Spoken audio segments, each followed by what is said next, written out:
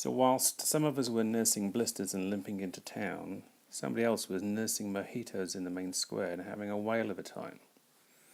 So what do you do with your day off? Well, you walk around Lyon.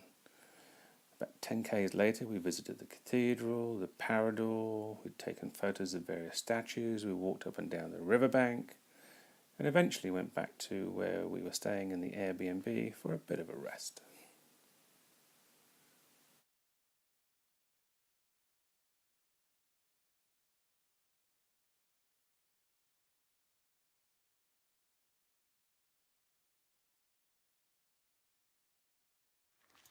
Since embarking on this journey of ours, we've started to dish out Camino names.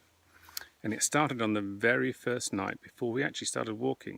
Our roommate that night was a gentleman from Scotland called Mark, and Julie woke up in the middle of the night to hear some sounds that earned Mark the nickname the Merchant Banker.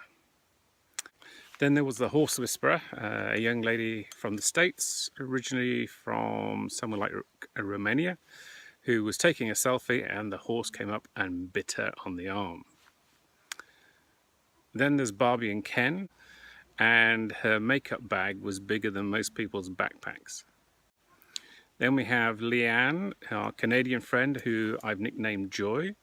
Every time you see Leanne, she's always smiling, a bundle of energy. And then there's the Silver Queen, our Dan from Holland. Then there's Swiss Cheese, or Salami, a young Swiss girl who's on her 4th Camino. And then there's Gina, one of our American sisters, who we've nicknamed Goldilocks for obvious reasons. Plus she's carrying a bucket load of hair product to keep her locks in such great condition. And Anne, Gina's wife, we've initially wanted a hardcore name, so we called her Princess Bitchface, but that really didn't stick, so we've now changed that to the Wall Humper. Yeah, not explain why, I'll just leave it at that at this moment in time. Those ladies decided to call Julie Yoda, because she always seemed to know what they were thinking. And she's got big ears and looks a bit green.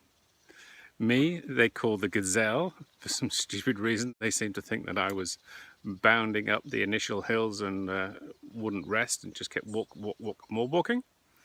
There's Princess Anne, after a lady we've come across on several occasions now, who every time we see her, she raises her nose to the sky in a sort of regal kind of fashion.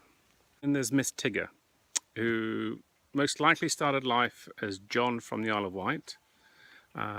But she's now walking the Camino with a stuffed Tigger, and she arrives at dinner in the most flamboyant of evening dresses. Heaven knows which bag she's pulling these from, but she certainly brings colour and life to the Camino. So there's just some of the names that we've dished out so far on our Camino journey.